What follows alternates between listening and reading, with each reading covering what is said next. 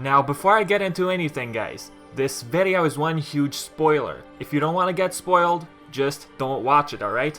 Anyways, what's up guys, it's me Vivi and welcome back to some Kingdom Hearts theory. Recently we got a brand new story update for Kingdom Hearts Key. Now if some of you don't know, the game is going to get terminated in September. I'm not talking about an Unchained Key, don't get confused. Since Kingdom Hearts Key is going to get terminated, we're pretty much getting part of what's remaining of the story. So with that being done, the 6th Apprentice has finally been revealed. And to our surprise, this apprentice is the guy in the black coat. Okay, maybe this isn't surprising for a few of you, maybe some of you guessed it. But there seems to be a confusion going on, and that's exactly why I found this surprising. During the Famitsu interview for Kingdom Hearts back cover, Nomura explained that the Master of Masters is the guy in the black coat. He replied with a yes. And now we got a story update for Kingdom Hearts Key, but the guy in the black coat is the 6th Apprentice, not the Master of Masters. So what exactly is going on? Did Nomura get confused? Is he lying? Who knows? Okay, the guy in the black coat is the 6th Apprentice. We get it. But here's what's even more confusing. During a cutscene in the back cover, during the Kingdom Hearts 2.8 trailer, we see Master Ira, Unicornus, talking to the guy in the black coat. Now during the story update for Kingdom Hearts Key, we have a scene with Master Gula, Leopardus, mentioning that the 6th Apprentice disappeared after the Master disappeared. Okay, if the 6th Apprentice disappeared right after the Master did, then how come we have this scene with Lord Ira talking to the guy in the black coat? Am I even pronouncing the name right? Ira? Anyways. If this mysterious guy disappeared, then how is Unicornus even talking to this guy? The one thing that could explain this is that this scene right here takes place early on in the beginning, right before or when the Master disappeared. Plus, this guy in the black coat has only been shown in one cutscene, in the same location. So I'm gonna assume that this guy disappeared later on. We're going to find out more in back cover. Okay, now some are saying there's probably two guys in a black coat. If so, that would mean we have the 6th Apprentice and the Master of Masters. If that's possible, then why would the Master of Masters be wearing a black coat? People in the black coat use darkness to travel. If the Master of Masters is wearing a black coat, doesn't that mean that he's interested with the darkness? Aren't unions collecting light, Lux? Why would the Master of Masters be interested with the darkness? I'm guessing that there's only one guy in the black coat, and that guy is the 6th Apprentice.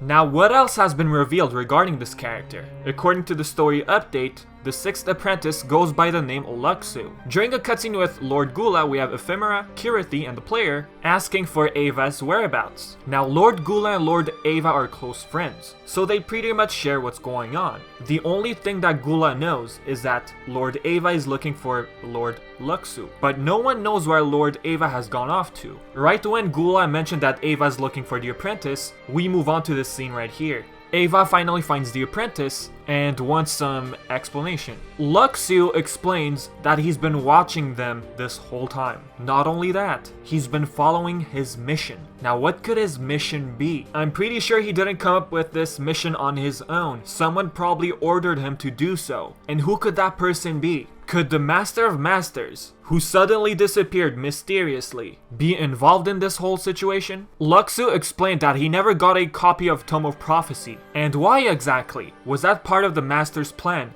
Did he want someone to keep an eye on the foretellers? Is that someone Lord Luxu, the 6th Apprentice? And according to Chirithy, Lord Luxu disappeared as if he's following the Master, who disappeared as well. Could the 6th Apprentice and the Master of Masters be working together secretly? Okay, now here's what Luxu explained exactly. Unlike U5, I was not given a Tome of Prophecy. Instead, I have to move forward to the future written about in those tomes. I'll watch this world end, and then I'll set off. And then Luxu starts talking about the lost page. Here's what was explained. Luxu mentions, the lost page, ... that which has been foretold that you and the others don't know. The Master's intentions. Okay, we got a lost page, we got the Master's intentions, plus we have a traitor, no one knows who it is. Could all of these answers lie on that page? Could the traitor be part of the Master's intentions? Lord Gula mentioned that the Master could put an end to this war. But what if the Master wanted the war to happen in the first place, thus explaining his disappearance? Without the Master's help, the battle would definitely happen. Plus, if I'm not mistaken, events that are destined to happen cannot be altered. Plus, Xehanort during the E3 trailer for Kingdom Hearts 3 mentioned that the future, it's already been written. I'm assuming he's talking about the Book of Prophecies. If so, then events that are written in the book cannot be altered or changed. They're destined to happen. So I'm thinking that the Master of Masters disappeared for a reason. He wants these events to happen. Even if events that are destined to happen cannot be changed, the Master of Masters probably ordered the 6th Apprentice to keep an eye on everyone, just in case.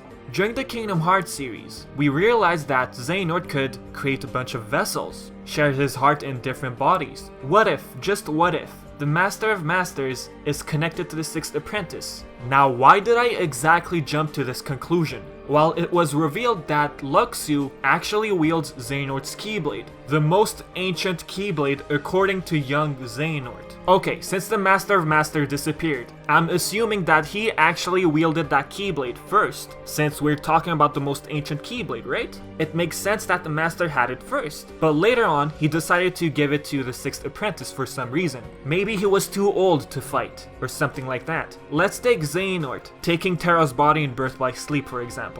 Xehanort no longer wanted that weak old vessel, so he decided to take over Terra's body. What if the same thing applies for the Master of Masters and his apprentice? What if the 6th Apprentice is a vessel? Think about it, guys. His face has not been shown yet. What if his face remains hidden due to the fact that his eyes might be yellow? What if the Master of Masters is the original Xehanort? I might be overthinking this, guys, but think about it. His face has never been shown, he wields Xehanort's keyblade, and has been watching the foretellers. He wants the events to happen, he wants the final battle to happen. Just like how Xehanort wants another keyblade war to happen.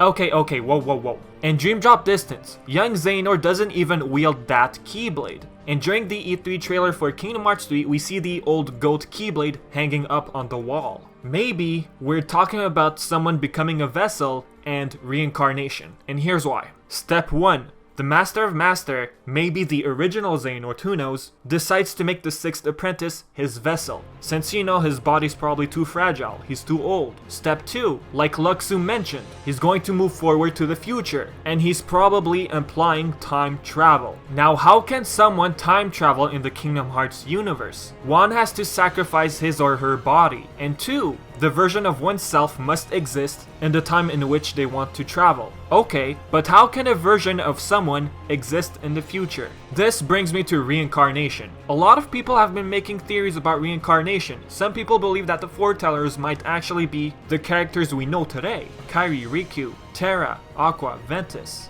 If we use the idea of reincarnation, the Master of Master, who used the 6th Apprentice as a vessel, somehow knew that a version of himself existed in the future, like a reincarnated version of himself. And in order to live on for generations, this Master of Masters kept looking for vessels, and once the vessel became too old, maybe he time traveled to another time and perhaps took over his reincarnated version. Okay, now doesn't reincarnation mean that someone's soul or heart is reborn in another body? If so, wouldn't that make the person remember the past? Well, here's one thing. I think the terms birth by sleep might explain this a bit. When someone is reincarnated, the original heart disappears, it sleeps, and once it finds itself a new body, it awakens, without memories. And if this Master of Masters is Xehanort, maybe this might explain why young Xehanort mentions that it's his destiny to wield the most ancient keyblade. Plus, during this cutscene right here, Xehanort mentions, "I will be led wherever it is I am destined to go." What is he talking about? Who is he talking about? Young Xehanort has his own heart, but deep inside his head, he's probably hearing voices or something. Plus, even Brig during this cutscene mentions, "I don't even know what's going on inside your head." So maybe Xehanort is a reincarnation of Master of Masters. Xehanort's heart might be the Master of Masters' heart reborn, reincarnated, and thus explains why Xehanort doesn't remember what happened in the ancient times. Plus, he feels like it's his destiny to unlock Kingdom Hearts. He wants the Keyblade War to happen. He wants to unlock its secrets. It feels like the Master of Masters wants the Keyblade War to happen, thus explaining why he disappeared. He probably time traveled to the future. By making his 6th Apprentice a vessel, that gave the apprentice the ability to time travel. And since the Master of Masters was probably too fragile and old, he decided to continue his mission by creating a vessel. Okay, let's move on to something else. During the story update of Kingdom Hearts Key, we got this scene right here. It looks like a vision, a dream, of what's going to happen in the ending of Kingdom Hearts 3. And why am I saying this? Look on the left, we see these shadowy figures. How many of them do we see? We see 13. And on the left, we see 9. Okay, isn't Kingdom Hearts 3 all about 13 Seekers of Darkness and 7 Guardians of Light? Yes. But how come there's 9 shadowy figures on the right? Look, 7 Guardians of Light, okay. Who could the extra 2 be? Could they be Donald and Goofy? We'll probably have Donald and Goofy in the end of Kingdom Hearts 3. Now, I've been reading a few things online. Some people believe that the extra 2 might perhaps be Scald and Ephemera. I like saying Ephemera. Okay, I'm used to it. If so, we're talking about time travel. In order for Ephemera and Scald to exist in that time, a version of themselves must exist. If they were to time travel, they'd have to sacrifice their bodies, right? The heart needs to find a new body. While unless someone gave Ephemera and Scald the ability to time travel. Let's take Ansem, the Seeker of Darkness, for example. How is young Xehanort time traveling without sacrificing his body? Well, let's say young Xehanort cheated. Ansem, Seeker of Darkness, sacrificed his body, went back in time, and gave young Xehanort